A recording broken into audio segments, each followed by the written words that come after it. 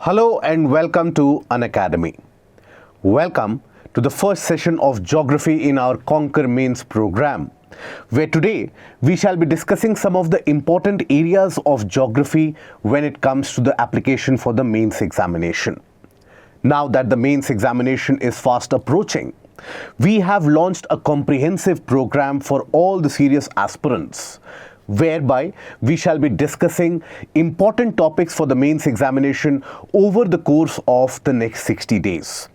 From Monday to Saturday, we shall be having these sessions from the subjects of polity, history, geography, economy, IR, and science and tech, as well as environment ecology. The aim and the purpose here is to help you revise, to brush up your preparation, and also to help you analyze which are the important topics that you need to focus upon when it comes to sharpening your skill for the mains exam. On Sundays, we shall be conducting these tests as well, whereby you can always try to get your answer writing skills in order, get those copies evaluated, and eventually improve your answer writing. Now, with these sessions, we are also going to provide you with the PDFs of the notes. For that, do join us with these sessions. Now, the first 6 sessions will be held on YouTube. This is a program that was launched yesterday. So yesterday we had a session on Indian economy by Shyam sir. Today is a geography session. Tomorrow you will have a session on science and tech by Hima Bindu ma'am. After that by Abhishek sir, then Sarmat sir. So like that, all the subjects shall be given equal importance. The areas which have been in news, the areas which are frequently visited by UPSC, that shall be our focus. Now, when we talk about the subject of geography, geography largely can be bifurcated into the area of physical as well as the Indian geography. Now, in the case of the physical geography, you do not get questions directly out of random manner. Some questions are conceptual in the mains, but many of the questions which are asked have a tinge or have a scope of current affairs included, as in that there will be certain topics which are in news and you will get a static question associated with that topic. For example, let's suppose in a particular year, if there has been a lot of volcanic eruptions, then UPSC might ask you the basics about the volcanic eruptions. In a certain particular year, let's suppose there have been a lot of earthquakes, as is the case this year, then UPSC can end up framing a question associated with that. Now, when we talk about the subject of geography and environment and ecology, over the next few sessions, we shall be taking up dedicated sessions for the portion of geomorphology, linking the aspect of world geography, the concepts of climatology, the concepts of oceanography, and also some of the concepts of economic and human geography of the world, and then separate focus on Indian geography. In the case of environment ecology, we shall be talking about the new legislative changes, amendments, for example, the Forest Amendment Act, and what have been the observations of Supreme Court. So overall, this shall ensure your comprehensive preparation. Even those candidates who for some reason or the other have not managed to qualify this year, I urge you to follow this religiously so that your mains preparation is up to the mark, and the only hurdle that is left is your prelims qualification. If not this year, then next year you have to succeed. So with that, let us initiate the discussion for the portion of geography today. We start with the topics. So today, in total, we are going to have a discussion for 5 different topics, and as I told you, today's session is going to be focused around the area of geomorphology. Now here, the first topic that we are going to have a discussion for is the case of geomagnetism and the creation of auroras, the aurora borealis, the aurora australis. That had been in news recently because of a huge amount of solar storm, and you had these lights being witnessed even in the region around Ladakh and US. So that created a lot of buzz. So what is this concept of geomagnetism? That is something we are going to talk about.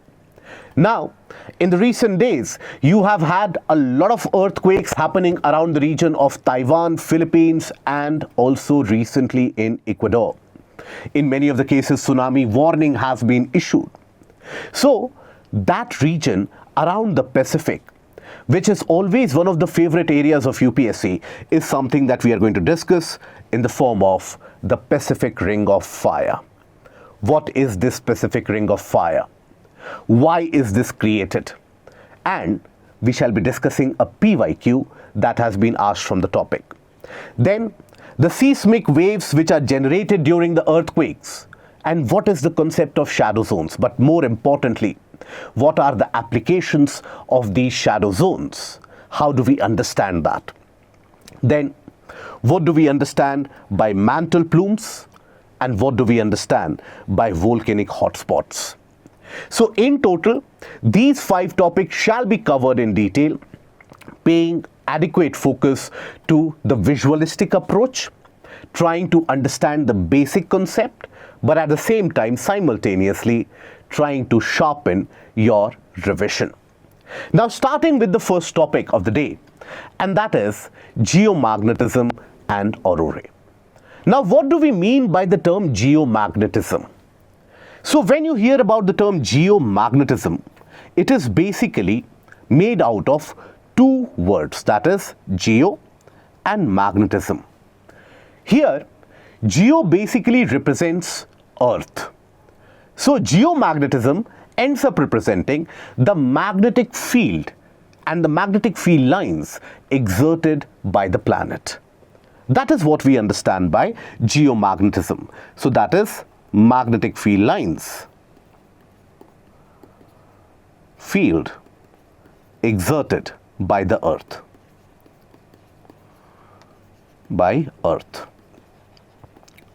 Now here, why do we have this magnetic field exerted by Earth? So basically, when we talk about the Earth structure, the answer lies there itself. Now, in the Earth structure, you would observe that you have a layered format in terms of the interior of Earth. Primarily, Earth is made out of 3 major layers. The topmost layer, that is crust. Crust is a thinnermost layer. And it is at the same time very brittle. That is, breaks very easily. Then you have the thick layer of mantle. Mantle extends up till a depth of almost around 2900 kilometers from the surface. Beneath the mantle, you have the presence of core. Now, core in itself is divided into 2 different parts. And that division, that bifurcation, is because of the different state of matter in which core exists. Now, each of these different layers that we have talked about, they are separated by what we refer to as discontinuities. So here, when we talk about the separation of the crust and the mantle, they are separated by what is referred to as the moho or Mohorovičić discontinuity. Then you also have minor discontinuities between, for example, the upper crust and the lower crust. You have the Conrad discontinuity. Then between the upper mantle and the lower mantle, you have the Repetti discontinuity. But then another important discontinuity is that which separates the solid mantle with the liquid outer core. Now this is what you have as Gutenberg discontinuity. Gutenberg discontinuity. And then what separates the liquid outer core with the solid inner core is what is known as the Lehman discontinuity, named after the individual who came upon the conclusion that the inner core was actually in a solid state. Now these are the various discontinuities that are relevant. Now, when we talk about the entire region of core, core is dominated by the minerals, that is iron and nickel. That is why it is also referred to as the Fe layer. Ni stands for nickel, Fe stands for iron. But just the sheer presence of iron and nickel will not make the earth a magnetic body. If, let's suppose, the entire core would have been in a solid state, as is the case with the inner core, then you would not have had any magnetic field exerted by planet Earth. But here you have it. Why? The prime reason for that is the liquid outer core. Now, let me explain this. Why? So basically, when we talk about the region of the core, there is another important aspect, that why is it that outer core is in a liquid state, inner core is in a solid state? The answer to that is basically pressure exerted. By the time that you reach the level of the inner core, the pressure exerted from all different directions is so very high that the region of inner core has got no scope to expand, no scope to basically even change the volume. That is how high the pressure is. So despite the high temperature at the region of inner core, at the temperatures around thousands of degrees Celsius, still the inner core continues to remain in solid state. But then the outer core, whose thickness is quite significant, that is in a molten state. Now here, what happens? As the planet rotates, you will also observe the rotation of the outer core. As the planet rotates, I will repeat, as the planet rotates, the liquid outer core that you see, this also rotates with the planet. It is this rotation which is responsible for the generation of magnetic field. How? So, at these high temperatures, you will always come across a situation where some electrons of iron and nickel, they end up escaping the atoms and they start moving in circular manner because of the rotation. So there you will observe the rotation in the form of these electrons or ions, charged particles. Now you have the rotation of charged particles. So what? That gives it an effect of a dynamo, what we refer to as the geodynamo. What do we mean by that? Basically, in elementary sciences, you would have read that when an electron moves in a kind of a helical manner, in a kind of a spiral manner, that generates a magnetic field that will always end up generating a kind of a magnetic field which is perpendicular to it. So let's suppose if we consider the rotation of the outer core as well. Let's suppose we consider the rotation of outer core. Now inner core is not rotating. I'm just considering the core, not the entire planet. Now with the rotation of the planet, the outer core is also rotating, but the inner core, which is solid, is not rotating at the same rate. But that does not matter to that extent. Now here, as the outer core is rotating, we can think about it that the electrons here are also rotating in a kind of a spiral or a helical manner. Now as a consequence of that, it ends up generating magnetic field lines, which is perpendicular to the direction of rotation.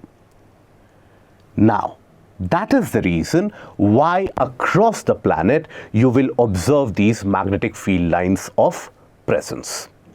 Now here, you have to understand that the amount of magnetic field which is observed at the region around the core, that is almost 50 times higher than the magnetism or the magnetic impact that you experience on the surface. So here, the magnetic influence is very high around the region of the core, and it starts decreasing as you move outwards. So that is why this magnetic field is generated from the region of outer core. So if you have to consider a basic mind map of geomagnetism, basically what happens? So Earth as a rotating planet is a rotating planet. Now, how it is able to create auroras or lights, we will take a look at it. Now, Earth as a rotating planet means what? Outer core, which is liquid,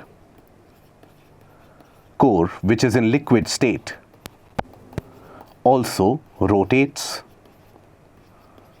As the outer core rotates, there is movement of ions, because ions of iron and nickel at this high temperature, that is very important.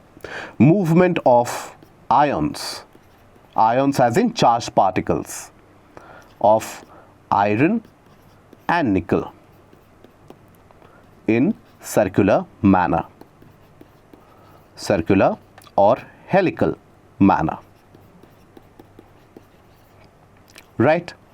Now, as a consequence of that, generation of magnetic field. Generation of magnetic field. Now, this magnetic field exerted by the planet, this is known as geomagnetism. Now, why is it important? Now, this geomagnetism is very vital for sustenance of life on planet Earth. In fact, this is the reason, one of the major reasons, why we don't observe life on planets such as Mars. So what is the role of this geomagnetism?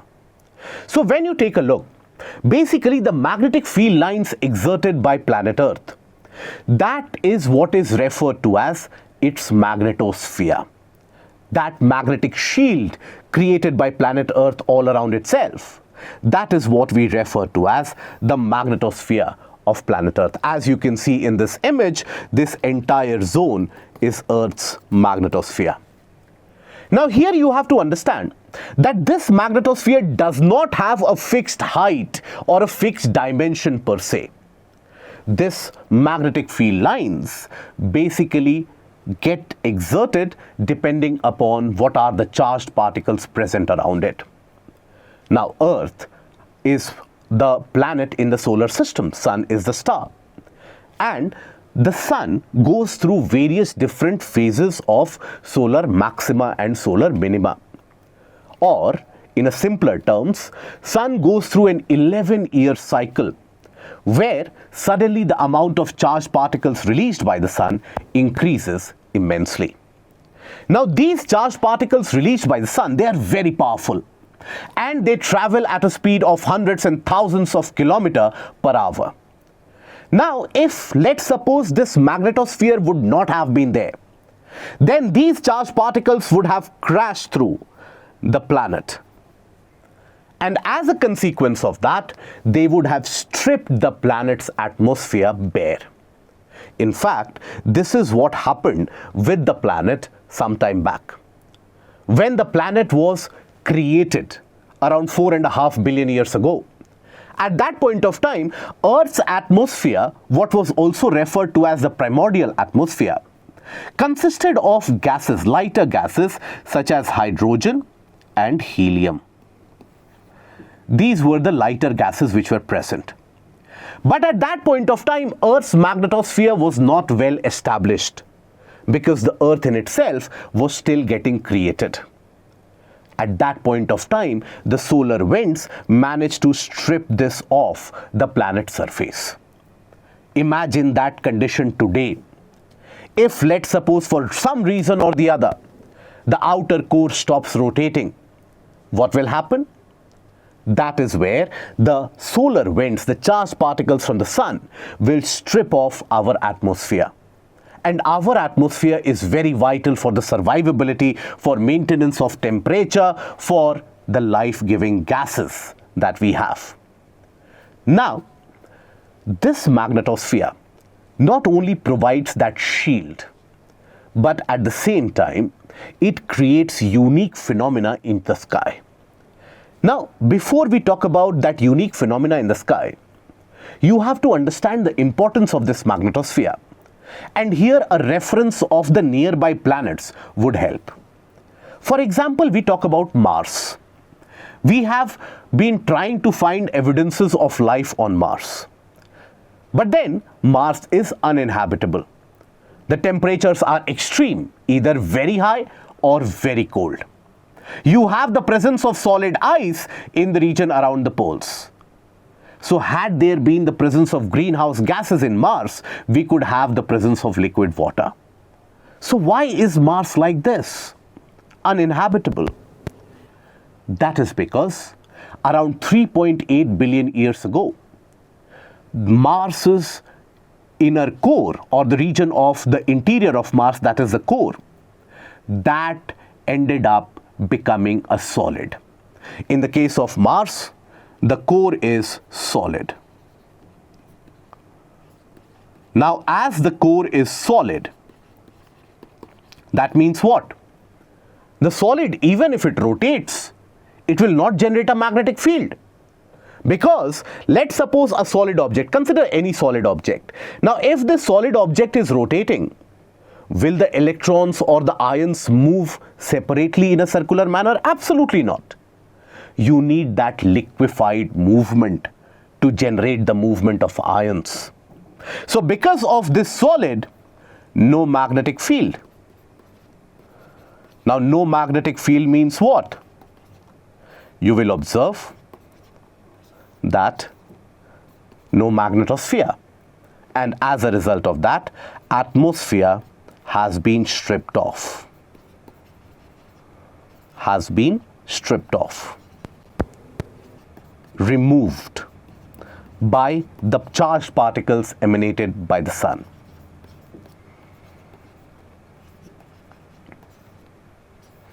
Okay, so this is one of the major factors behind the uninhabitable conditions that you observe in Mars.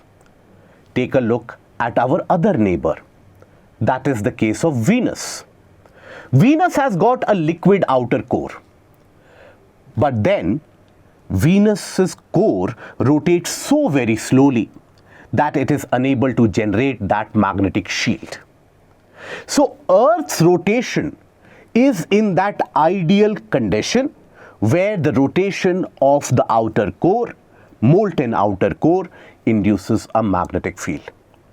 Now, when these charged particles emitted by the sun in the form of the flares, in the form of coronal mass ejections, now when these charged particles come over, now they will interact where?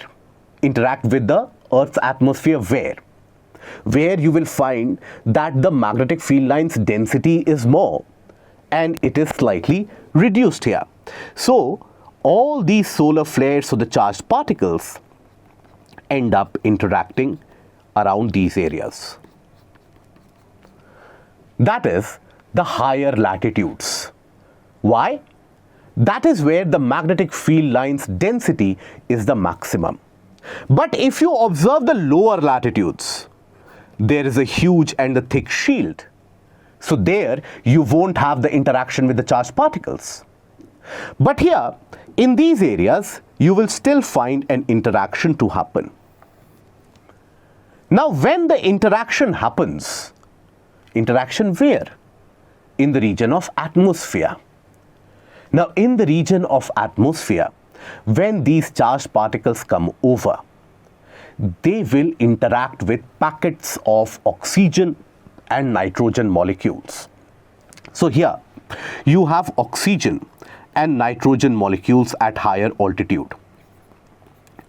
Now, this oxygen and nitrogen, when we talk about the region around, let's suppose, thermosphere, that is, Earth's atmosphere is also divided. The lowest portion, troposphere, stratosphere, mesosphere, thermosphere and exosphere. Within the thermosphere, you have the region of ionosphere at a height of around 80 to 400 kilometers. Now there, in that region of ionosphere, you don't have a homogeneous distribution of oxygen and nitrogen. You will have certain pockets where you will have dominance of oxygen, certain pockets where you will have dominance of nitrogen. Like that, you will have the distribution. Now, when these charged particles from the sun, they bombard the oxygen and nitrogen molecules, what happens? They will get into an excited state, right? You have energy hitting these molecules. So as they get energized, these will get energized. This is charged particle from the sun, particle from the sun. So oxygen and nitrogen, both of them get energized. Get energized as in, within them, within their atomic structure, oftentimes the electrons jump. The electrons jump the various bands. But after some time, after the energy level reduces, the electrons return back home. When they return back home, that is within the atom of oxygen and nitrogen, energy is released. That energy is released in the form of light. That light is what we see in the form of these auroras. So that is where basically when they get energized, I will give you the entire flow chart. When they get energized, electrons leave the atom. Now, after the electrons return, as electrons return to the atom,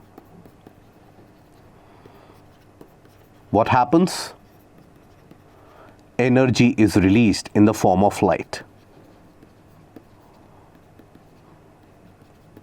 Now this energy which is released in the form of light, now this will be different for oxygen and different for nitrogen. As in, both of them will end up releasing different hues of color, different coloration of light. In certain packets, you will only have oxygen which is dominant in the region of ionosphere. In certain pockets, you will only have nitrogen which is dominant. So as the charged particles will bombard them, you will observe these different coloration of lights lighting up the night sky. But at the same time, in certain areas, you will have the mixture of oxygen and nitrogen. That is where you will observe those pinkish hues developing into the night sky. Now this coloration is what we refer to as auroras. Auroras. Now this is what is referred to as aurora borealis in the northern hemisphere, aurora borealis. Borealis refers to north or northern lights in the northern hemisphere, and aurora australis in the southern hemisphere or southern lights. So generally, where will you observe these auroras? You will observe them in the areas of higher latitude, closer to the polar region. For example, in the southern hemisphere, you will observe them in the region around New Zealand, around the region of Antarctica, obviously. In the northern hemisphere, you will observe them in the region around Greenland, Norway, northern portion of Canada, Alaska, and also in the region around Arctic. This is where you have the aurora tourism, which also ends up earning a huge amount of revenue for these particular countries. Now here, this is the impact of magnetism that you observe, right? Had this magnetosphere not been there, these auroras would also not have been visible in these areas. But recently, this made news headlines because these were being visible even in the lower latitudes, such as the regions of Ladakh, regions of US, and so on. Why is it so? That is because in the month of May, the amount of charged particles which were released by the sun were so significantly massive and powerful that some of them managed to interact with the atmospheric particles even in lower latitude. So the areas of clear sky is where some of this dancing effect of lights could be observed. So this depends on the intensity of the solar winds. Now when you have these solar winds hitting the surface or coming to the planet Earth, that is when you can have grid failures, communication issues. You can also have the various power systems getting impacted by that. In the month of May, you had the countries of Scandinavia, the Scandinavian region. They had switched off their grids as a precautionary measure. At the same time, magnetic readings across the entire planet Earth, that also gets distorted for that brief duration. Why? Because the magnetic field lines are interacting. Now, these magnetic field lines, are they fixed since the time of formation of planet Earth? The answer is no. These magnetic field lines keep on changing. Why? Because when we talk about the liquid outer core, it is not the case that the entire liquid outer core flows like water. It is so very fluidic that it will rotate like water. No. We are talking about chunks of iron and nickel in partial semi-molten state, and also chunky liquid, viscous liquid presence in certain areas of outer core. So as the region of outer core rotates, sometimes what will happen is that certain chunks of iron and nickel will end up shifting over a period. Now that influences the magnetic north and south pole. So magnetic north and south poles, they keep on changing with the passage of time. Sometimes you also have the magnetic pole reversal, where the north pole and the south pole, that is of the magnetosphere, they simply reverse the polarity. Last time it happened was close to around 780,000 years ago, when you had the reversal of polarity. But nonetheless, the magnetic poles keep on shifting ever so slightly. It was as recent as the month of April in 2020, where we observed that shift in the magnetic north pole. So that shift in the magnetic north pole is what we refer to as magnetic declination.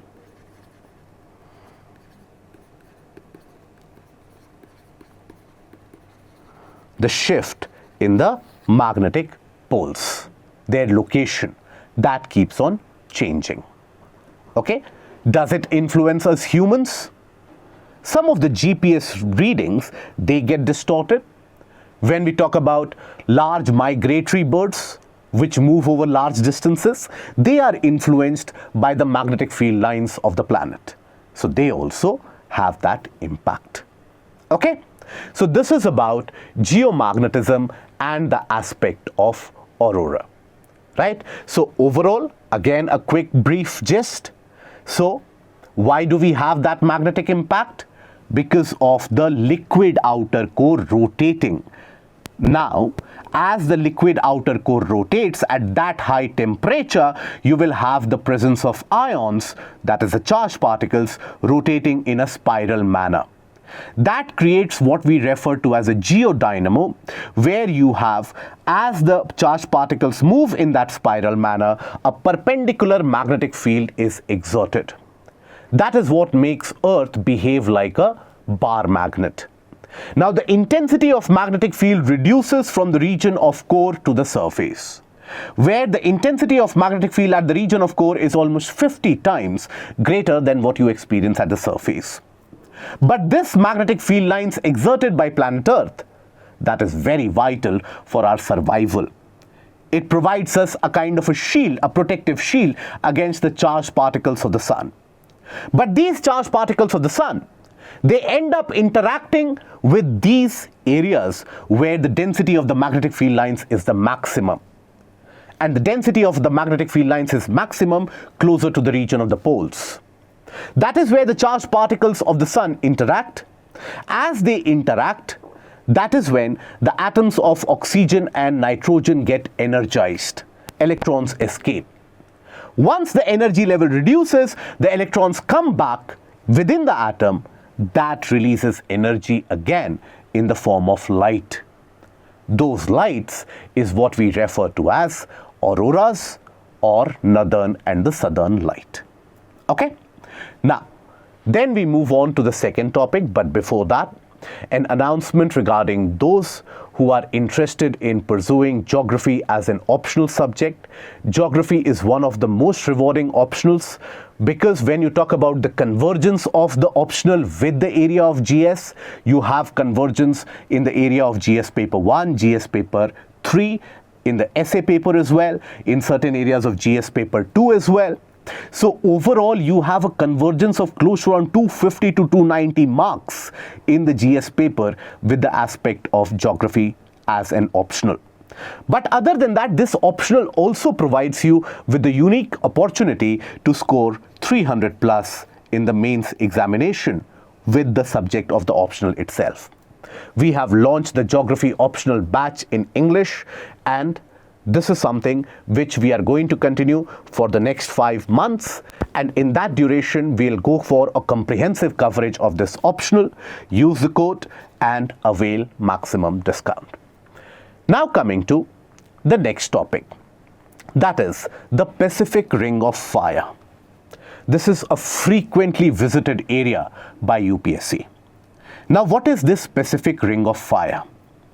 So basically, all around the region of Pacific, the Pacific Ocean that is, you will find a dominance of seismic activities, dominance of volcanic eruptions, and various different geological activities which are very sensitive.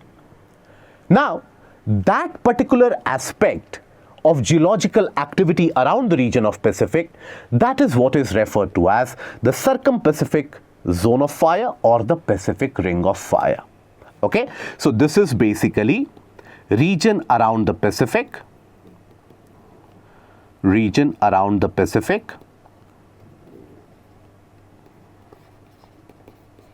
experiencing high seismic and volcanic activity.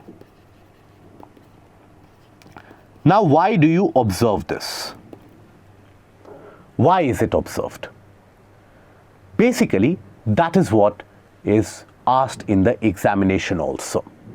So here, this is the image which represents the occurrence of earthquakes across the world.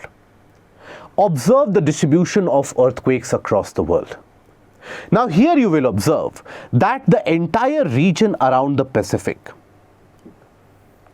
the entire region, if you consider this map or this side of the map or that side of the map, the seismic activities are very, very dominant, and you have high magnitude earthquakes.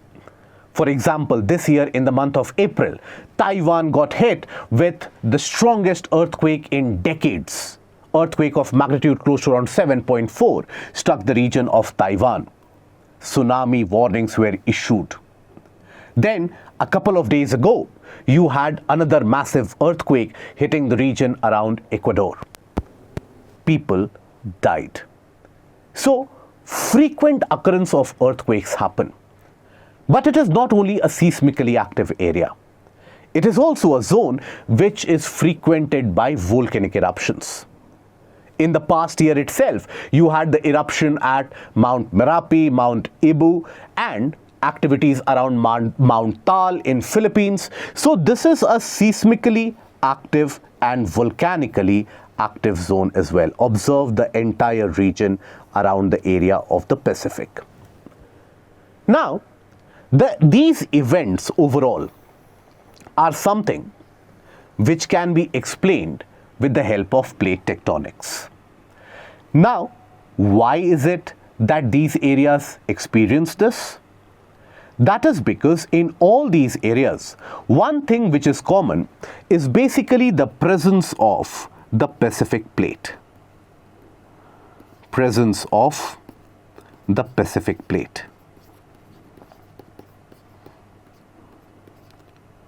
Now, for those of you who have slightly forgotten the dynamics of plate tectonics, a very quick revision. Basically, plate tectonic theory, which was provided by Morgan, Tuzo-Wilson, and so on. Now, Morgan, Parker, Wilson, all of them together, they propounded the concept that lithosphere is what? Lithosphere basically is the portion of the crust plus solid portion of upper mantle. Solid upper mantle. Solid upper mantle as in the portion above the region of asthenosphere. Now this lithosphere is broken into fragments, broken into parts, and these parts are known as plates. These fragments are known as plates. Now these plates end up moving with respect to each other.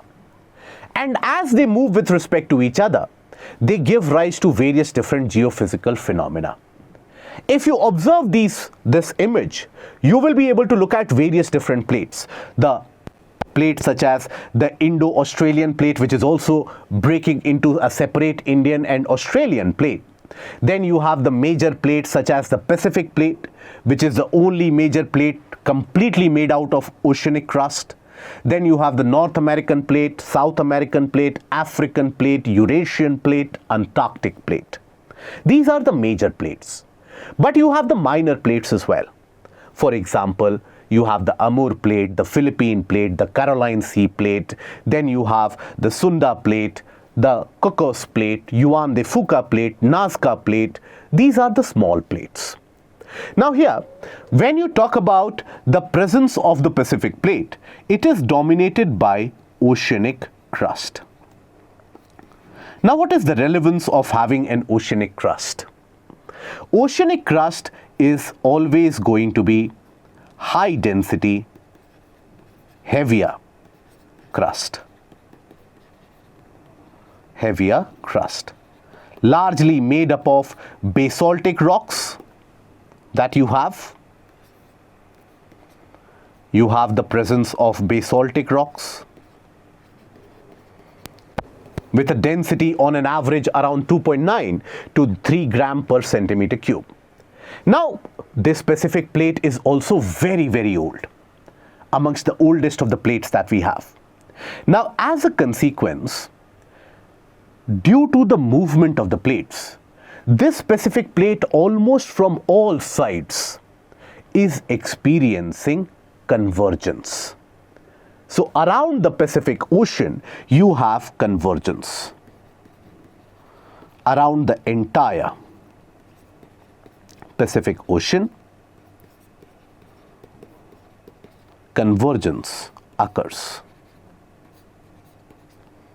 Right? Convergence takes place. Now you have different types of convergences. You have basically the convergence of the plates means when they come together. So you have continental convergence, which has created the Himalayas. Then you have oceanic convergences, and you have oceanic continental convergences. Now around the region of the Pacific, these two types of convergences take place, oceanic and oceanic continental. Now what happens when you have an oceanic convergence? What happens when you have an oceanic continental convergence? Let us take a look at it. If a question is asked about the Pacific Ring of Fire, you will have to talk about these convergences. You will have to draw the schematic diagram also. So basically, let's suppose we consider the oceanic continental convergence.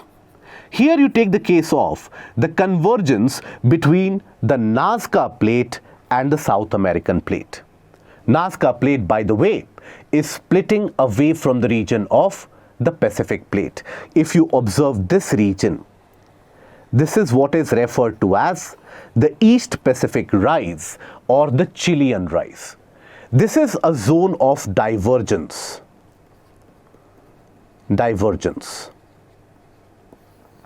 So when you talk about convergence around the region of the Pacific, here up till here you will have the Pacific plate involved. After this you have the Nazca plate and the South American plate involved.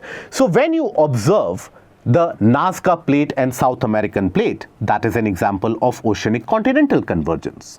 That can also be the case with the Pacific plate and North American plate. North American plate is also moving westwards and is overriding the Pacific plate. That is also the case in the region of Japan, where the Pacific plate is subducting underneath the Eurasian plate. Right. So here let's take the example of Nazca plate and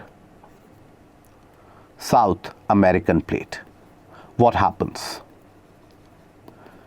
Basically, you have the oceanic plate or the oceanic crust. Now this oceanic crust is much thinner, but at the same time it is denser and heavier. In the cases of convergence, always it is the case where the denser and the heavier crust will get subducted. So as that convergence happens, as that collision tends to happen, you will have the Pacific plate, or here in this case the Nazca plate, that undergoes subduction. But this subduction is not very smooth. It will have a frictional force exerted by the South American or the continental crust here. The continental crust gets deformed. Materials start getting accumulated at the edges. And here this is obviously a region underwater. So as you can see, the deformation creates a kind of a depressed area. That depression is what we refer to as the oceanic trench. But at the same time, as this plate rubs against the continental one, the movement is never going to be the smooth one. That movement is always going to be staggered, very rough and haphazard. Whenever that sudden movement happens, lot of energy is released in the process. That energy which is released from these areas, that energy which is released ends up shaking the surface, and that is why you experience earthquakes in this area. So this is basically where you will observe seismically active zones or earthquake zones. That is why the margins of South America, they are very active seismically.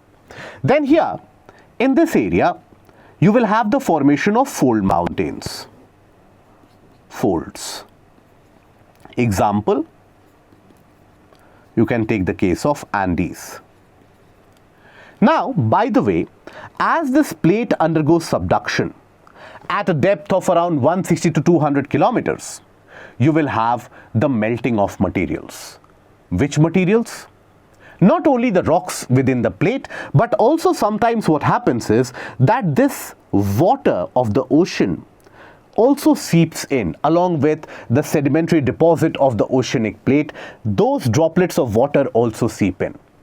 At very high temperature, these droplets of water, they will evaporate into steam, and the other portions will also melt. So the presence of gases, and gases as in water vapor, along with the liquefied portions, they are lighter, they tend to rise up.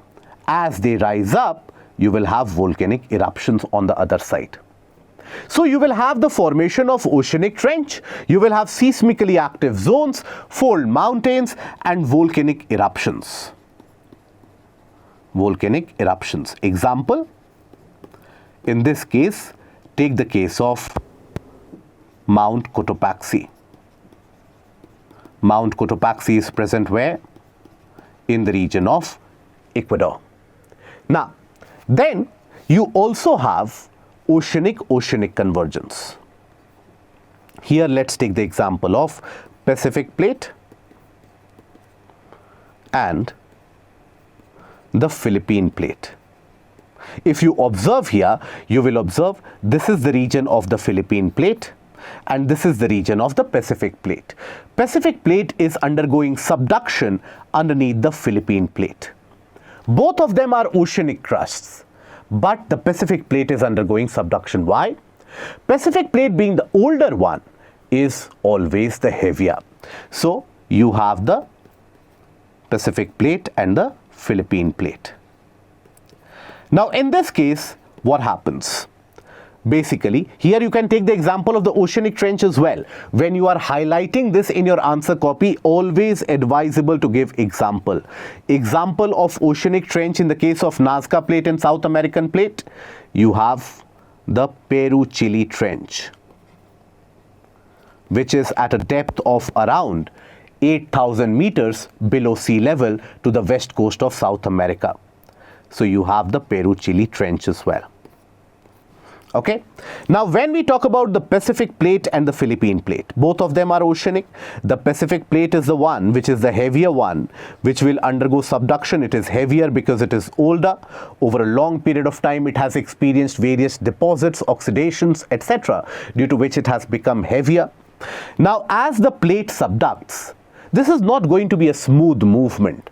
Again, you're talking about kilometers thick rocks rubbing against each other. That is never going to be a smooth movement. So here you will have a significant deformity.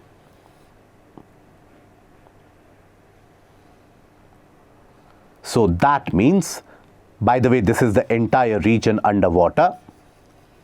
So here, when you have this deformity, that again creates an oceanic trench. Oceanic trench. Example in this case, the Mariana Trench, which is the deepest trench across the world.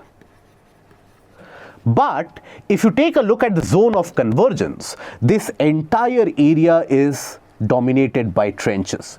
You have the Kurile Trench, you have the Japan Trench, and so on. Now, this is a region which is seismically active. This is again a seismic zone.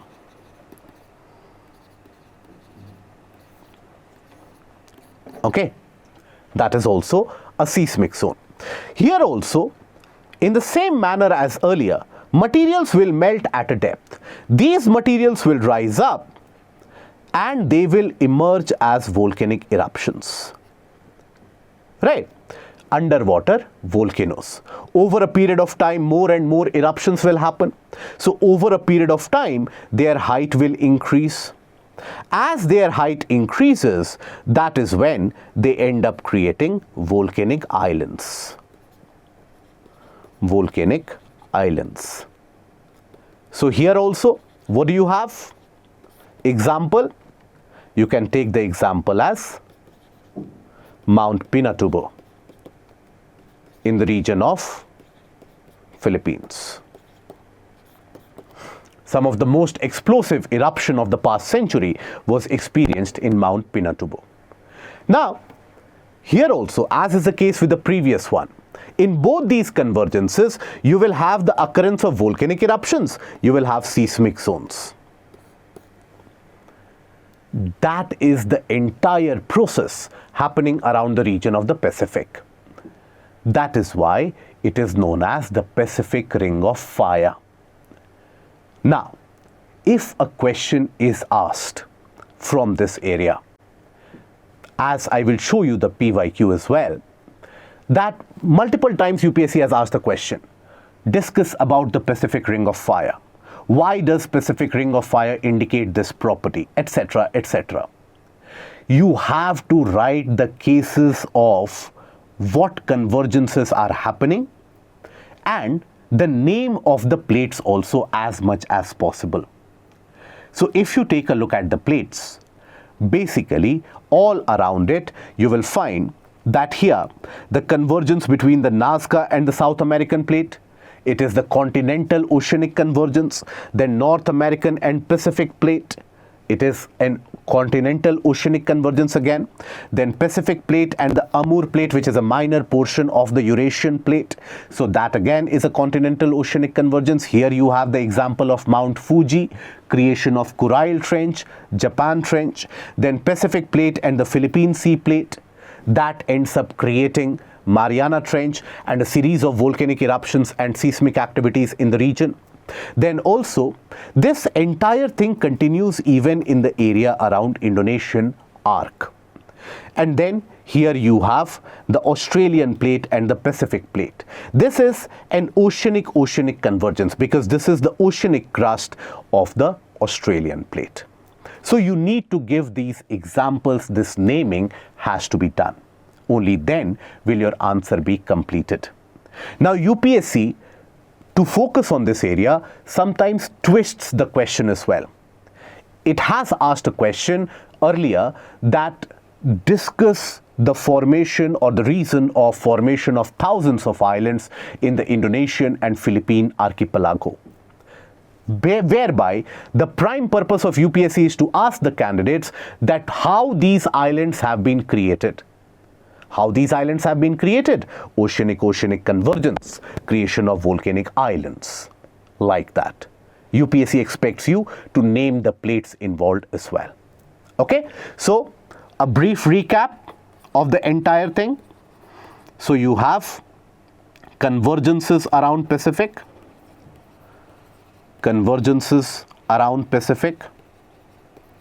Ocean. Now this convergence is of what type? You have oceanic convergence dominates. It can be oceanic and oceanic continental. Give the examples. Now in either of the case, oceanic plate or the oceanic crust undergoes subduction. As it undergoes subduction, the region will experience earthquakes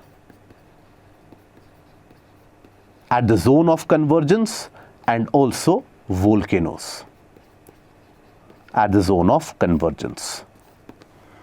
Okay, so these earthquakes and volcanoes make the entire region as geologically active. That geologically active zone is what is referred to as Pacific Ring of Fire. This is what is Pacific Ring of Fire. Okay? That is the entire concept involved. Take a look at the question which has been asked. Discuss the geophysical characteristic of the circum-Pacific zone. Now here, when you are writing the answer in the introduction, what do you write? You simply talk about the aspect of what do you mean by this circum-Pacific zone. Now circum-Pacific zone or the region around the Pacific Ocean is geologically active in terms of the trench creation or the trench formation, earthquake and volcanic activities. These events can be explained with the help of plate tectonics. That is your brief introduction. Then after that, when you start writing the body, talk about that the Pacific plate or around the region of the Pacific Ocean, we experience convergences. What type of convergences? What happens? Draw these schematic diagrams of the convergences also. Give the example. If possible, draw the rough map around the Pacific Ocean. Highlight the areas of earthquakes and volcanoes. And that will be sufficient. Now, eventually in the conclusion, talk about that the Pacific plate is being the oldest plate undergoing subduction. There will be more occurrence of these seismic and volcanic activities as has been observed recently in the region of Taiwan, Ecuador, Philippines and so on. So one needs to monitor these more carefully in order to prevent any disaster from happening. Like that, you can end up the answer, you can conclude the answer.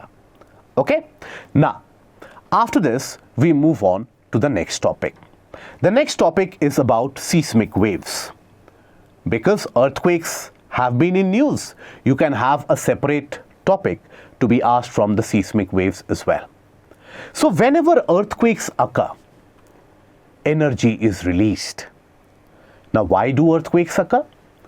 Earthquakes can occur because of the movement of the plates, the convergence, divergence, or the transform or parallel movement of the plates, or the movement across any crack or a fault within the planet's surface, within the Earth's crust.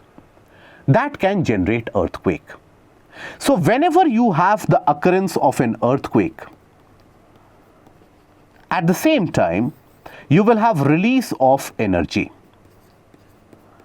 Where is the energy released from? So here, very simple logic. Let's suppose you have one of the crustal portions, another crustal portion. Let's suppose they are trying to move against each other, but they face resistance. As you move the knuckles of your finger, you will experience some resistance. Eventually, as you try to move them, that resistance is overcome. The point where the resistance is overcome, that is the point from where energy is released. That is referred to as the origin of earthquake. The point in the interior where the origin of earthquake is said to be present, that is what is referred to as the focus of the earthquake, right? The origin of earthquake in the interior of earthquake in the interior, right? Now, it is from this focus where you will observe that release of energy. Now, this energy travels across the interior of planet Earth. As this energy travels, it will disturb the surface as well. It will disturb the surface perpendicularly above it. The region perpendicularly above the area of focus, that is what we refer to as the epicenter of the earthquake. Now, once you have these energy waves hitting the epicenter starts vibrating or shaking. As a consequence to that, the rest of the surface also initiates a shaking impact, also experiences a shaking impact. That is what generates the waves on the surface also. So accordingly, these energy waves are known as the seismic waves. Now, the seismic waves, they are divided into two parts. One is what we refer to as the body waves. The other is what we refer to as the surface waves. So body waves originate from the focus. They move through the interior of the Earth's surface. As they keep on moving, they will disturb the surface first at epicenter. Once the epicenter gets disturbed, the remainder of the surface gets disturbed as well. So surface waves originate after the body waves hit the surface. So you can refer to the origin of surface waves from the area of epicenter primarily. Now, you have the classification. Body waves are classified into P waves and S waves. Surface waves are also classified into love waves and Rayleigh waves. Okay? Now here, when we are talking about the body waves, these are more important. Now, these body waves basically are energy, form of energy which is traveling through the interior. Now, as these energy waves travel through the interior through materials of different density, they experience a bending effect. Just like if you remember the basic experiment in your childhood days, where you would have studied about refraction of light, that as light would encounter, let's suppose, glass, light would bend and again rebend as it would move into air. Light is also energy. As it encounters material of different density, its speed gets impacted. That is why the bending happens. So these energy waves also get impacted and there is bending. So a brief differentiation between the P and the S waves. So P waves basically travel at a speed range of 4.5 to almost 13 km per second, whereas S waves, they are almost 1.7 to 2 times slower than the P waves. So because the S waves are slower, it is the P waves which hit the Earth's surface first, and then the S waves follow. This particular property is basically used to devise the early warning systems. For example, in a region, let's suppose, you have the earthquake which has occurred. Now the P waves will be the first ones to hit the surface. As the P waves will hit the surface, then there is a 30-second to 1 minute gap after which the S waves hit. Then together you have the P star, the S star, the PG waves, all of them they hit. That is when the surface starts shaking vigorously and the surface waves are generated, which causes damage. So you have a time window of 30 seconds to 1 minute. So that is why in the early warning systems of earthquakes which are being deployed all across the region of Japan, they have been deployed for some time, P wave detectors are used. Now these P wave detectors, as soon as the P waves hit, the alarm goes off. Critical infrastructures such as the high-speed rails, they come to a screeching halt immediately. So that is basically the benefit, and critical lives are saved. So here, why is it that they move the P waves? Why do they move more faster? Because the P waves travel in a linear direction. If you observe, the P waves travel by compression and expansion, where the movement of the particles is same as the direction of the movement of the waves. So that is why the entire propagation happens very quickly. Whereas in the case of S waves, you will observe that the particles move almost perpendicular to the direction of wave motion. The particles move like this, which is perpendicular to the direction of wave motion. Here, the particles, they get compressed, they get expanded like that. Okay? Now, the P waves can travel through liquid, solid and gases, because eventually a disturbance in the particle, even if in liquid two molecules are far apart, one particle vibrates like this, it will disturb the second particle. But in S waves, where you have the perpendicular motion, in that case, even if when we talk about liquid, when the first particle moves, it might not disturb the second particle in a liquid or a gas. So S waves travel only through solids. That is the differentiation. Now, by this property, we are able to map out the shadow zones of these seismic waves. What do we understand by shadow zones? So we know that as the body waves travel through the interior of planet Earth, they encounter materials of different density. As they encounter materials of different density, the speed will change, they will experience a bending. So naturally, there are certain areas, observe this, in the case of S waves for example. If you observe the case of S waves, here, they will experience a bend. But here, the S waves suddenly cease to move. Why? Because here you have the liquid outer core, and S waves cannot travel through liquid. But in the case of the P waves, they not only are able to travel through the liquid, but as they encounter the solid inner core, the speed of the P waves accelerates. So they are able to reach the other side as well. But no matter where the earthquake occurs across the planet, there will be certain angles from the region of the focus where neither the P waves nor the S waves are received. That zone where the P waves or the S waves, they are not received, they are not experienced, that is known as the shadow zone.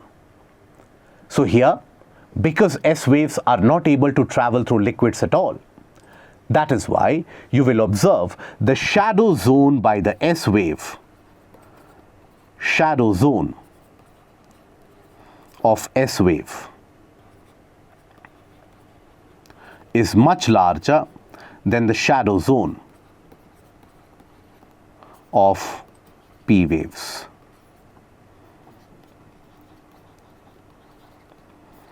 Okay? Now, what is the application of this? Why do we need to understand these shadow zones? Basically, the path that is traversed by these seismic waves, that path helps you understand through which materials have these seismic waves moved through. Through which materials have they traversed. This helps us understand the interior structure of planet Earth. Interior structure of Earth. For example, it was laymen in the early 1900s who noticed that the P waves suddenly accelerated as they were passing through the region of the core. That is what led laymen to conclude that there must be a zone of highly dense solid within the outer liquid core, whereby the P waves are accelerating in speed. That is why the discontinuity between the outer liquid core and the inner solid core, that is what is referred to as the Lehman discontinuity. So this is where the interior structure of planet Earth can be better understood. But also, as these body waves, these seismic waves, they travel through the interior, they are able to highlight where you have molten portions. Now, molten portions closer to the surface means what? There is a possibility of volcanicity, volcanic eruptions to be observed in that area, isn't it? So here helps detect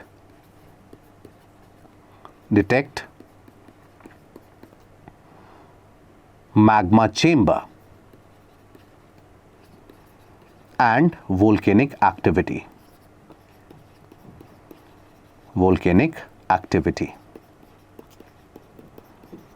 Then other than this, these body waves as they travel through the interior, we are also able to measure what kind of minerals are present, because minerals have different density. We know their density, and by calculating the time taken by the waves to travel and reach a particular area, we are able to do back calculation, and that is one of the ways to find out where you have the presence of certain kinds of minerals. So even helps in understanding mineral distribution.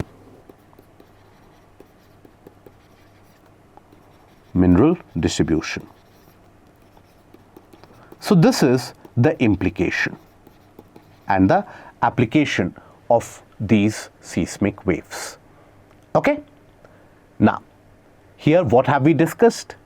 Why the earthquake occurs? Now, when the earthquake occurs, there is release of energy. That release of energy is what causes the seismic waves.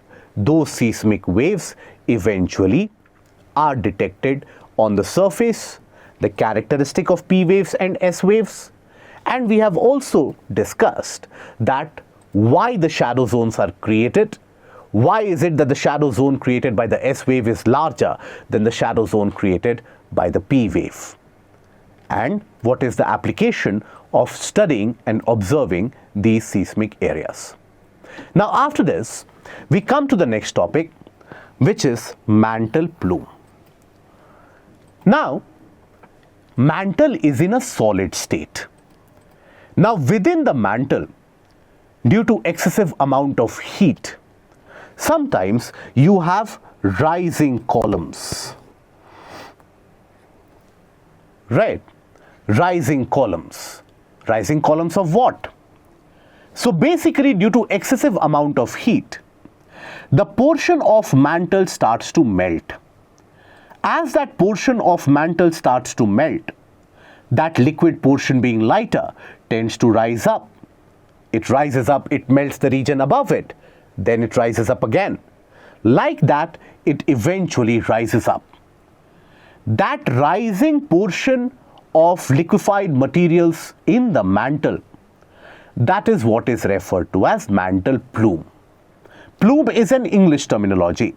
You would have heard plume of smoke rising up.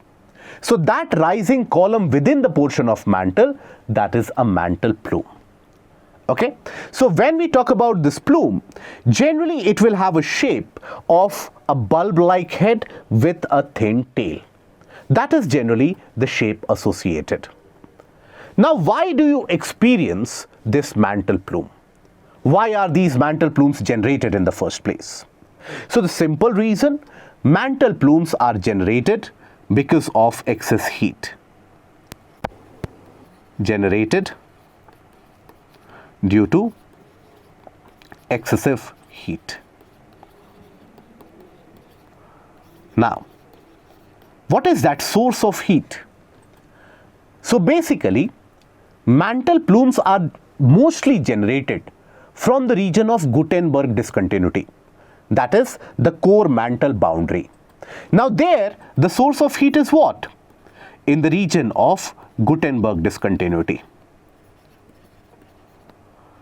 Now, in this area, the source of heat is what? The source of heat here is the residual heat. What do we mean by residual heat?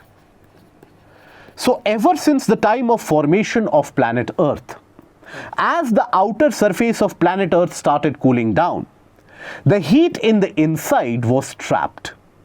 And then due to excessive pressure from all sides, that also induced some warming effect and heating effect in the interior. That heat which has been trapped inside the planet Earth ever since the time of its formation, that is known as residual heat. That residual heat from time to time gets released from some portion or the other.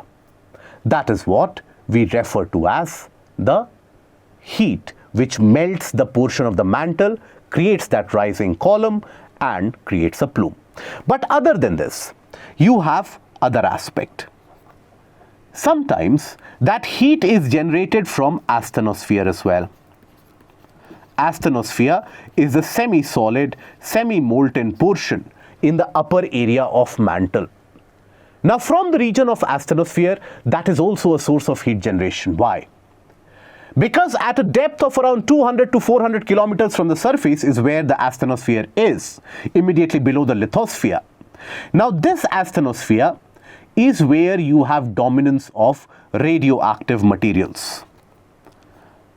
Radioactive materials such as uranium, isotopes of potassium.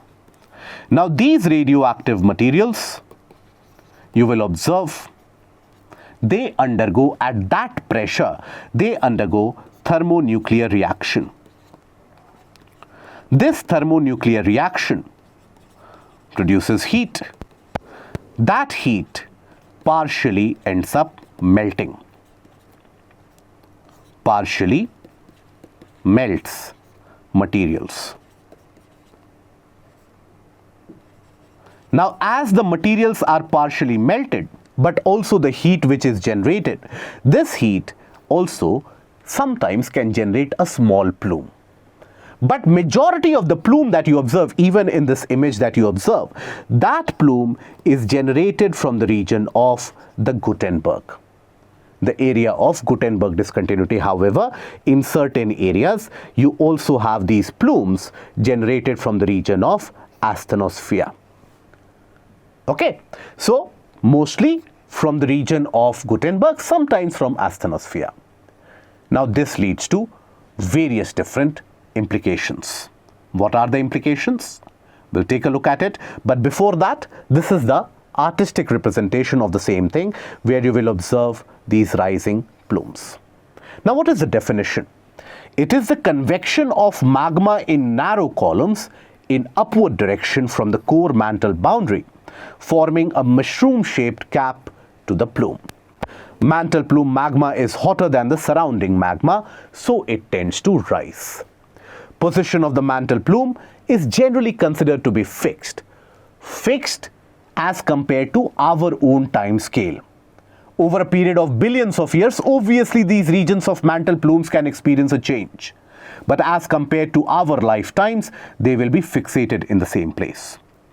Now, what are the implications of this mantle plume? What are the impacts of this mantle plume? if you talk about the impact here, now these mantle plumes can basically generate convection current. As you can observe here, they can generate convection current here. They can generate convection current in the interior. Now, that generation of convection current means what? You can have basically the movement of the plates. You can have the plate movement. The plates can be moved towards each other if there are two convection currents from other sides, or the plates can diverge. This will lead to many of the times crustal deformation as well. So this can lead to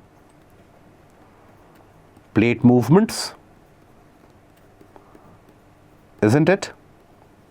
Then other than that, can lead to crustal deformation. And also, in many of the cases, you will observe that these mantle plumes, they break through the surface, they rupture through the surface, and they end up creating volcanic eruptions. Volcanic eruptions. Now, the place directly above the mantle plume, if it is experiencing volcanic eruption, you can imagine that that place will never experience a deficiency of magma. Molten materials or magma will always be there in sufficient supply. So those areas end up forming. Also, you have the formation of volcanic hotspots. Of volcanic hotspots.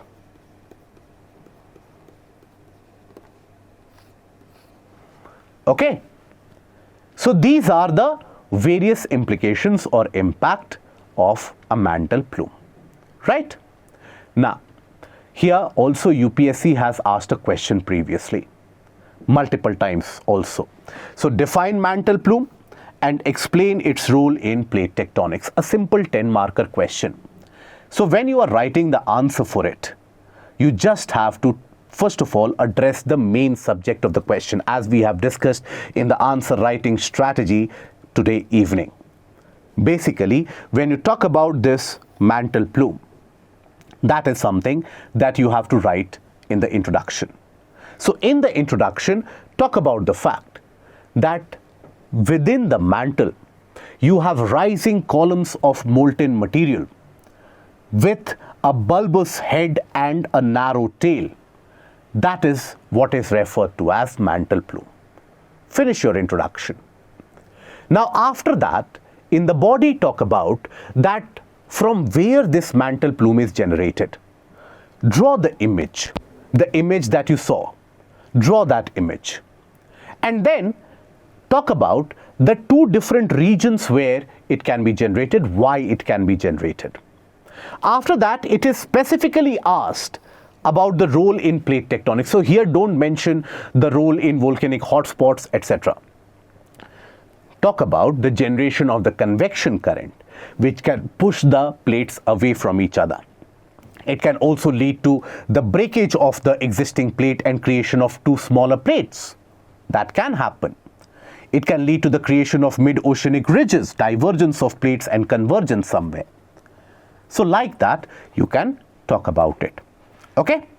Now, that leads us to the last topic of the day, and that is what we refer to as the volcanic hotspots. So when we talk about hotspot for any particular area, hotspot refers to an event of greater frequency. Right, you would have heard about that this is a hotspot for XYZ activity, XYZ thing, etc. Means some event is happening with greater frequency. When we talk about a volcanic hotspot, these are generally those areas where you have volcanic eruptions happening with great frequency, with very, very significant frequency. So we have just now discussed mantle plumes. Now these mantle plumes oftentimes end up filling the magma chamber quite sufficiently. So as a consequence, the volcanic eruption in the same region can end up happening for millions of years, leaving behind a trail of volcanic landforms as the plates tend to move over them. This series of volcanic eruptions from the same region is what we refer to as the volcanic hotspot. So here, a hotspot is a volcanic area on Earth that tends to exist over a mantle plume. So here, you can have the various examples. So examples of hotspots, you have Reunion Islands. Reunion Islands which are present in the region of Indian Ocean.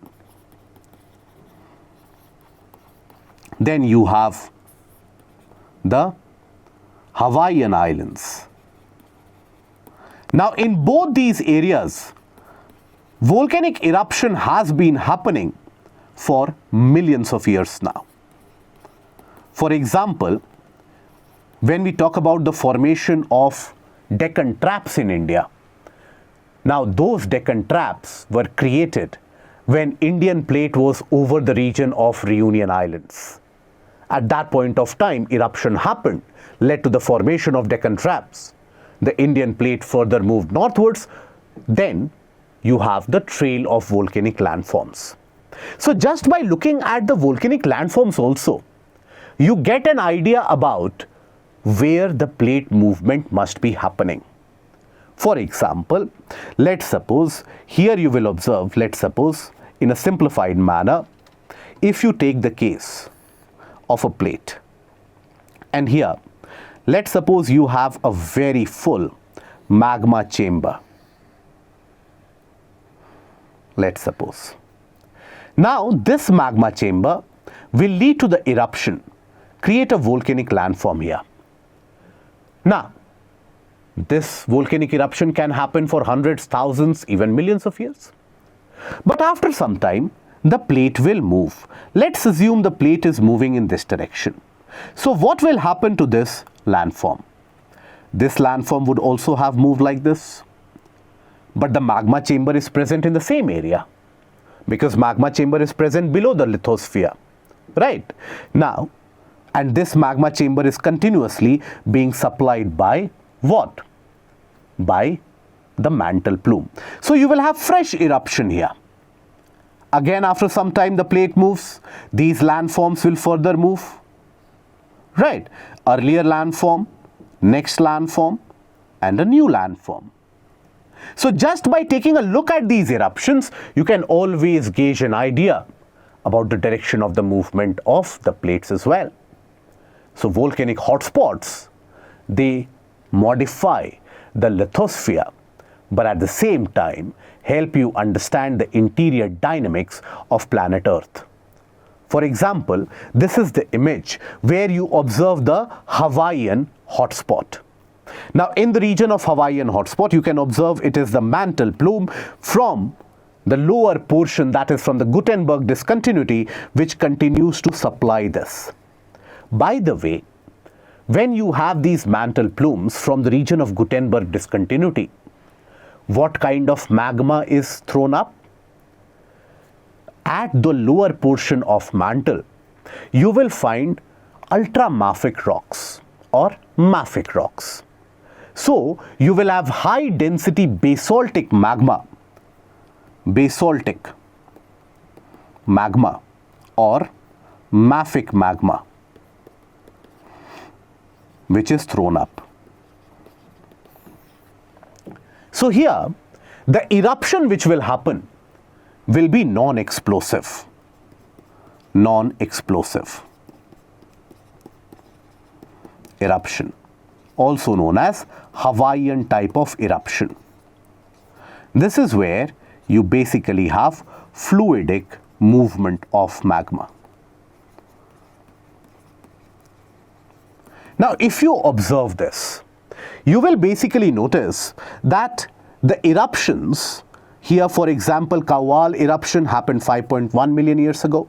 Then Oahu eruption happened 2.6 million years ago. Then Molokai eruption happened 1.8 million years ago. Maui eruption happened around 1.3 million years ago, like that. Isn't it? So here you will observe that, first of all, this is the region of the hotspot. Imagine at one point of time, even this Emperor Seamount chain, this eruption has also happened when this point A was over this hotspot. So over a period of time, first of all, you had the plate which was moving like this. Then the entire plate then moved in the westward direction. That is why you will observe that these Emperor Seamount and the Suiko chain of eruptions are as old as 65 million years. But the Midway Island eruption is recent, that is 27 million years. So it helps you understand the dynamics of plate movement as well. Okay? So that brings us to the end of the session for today. Today, we have discussed the important topics of geomorphology, starting with the aspect of geomagnetism, solar winds, and also aurora.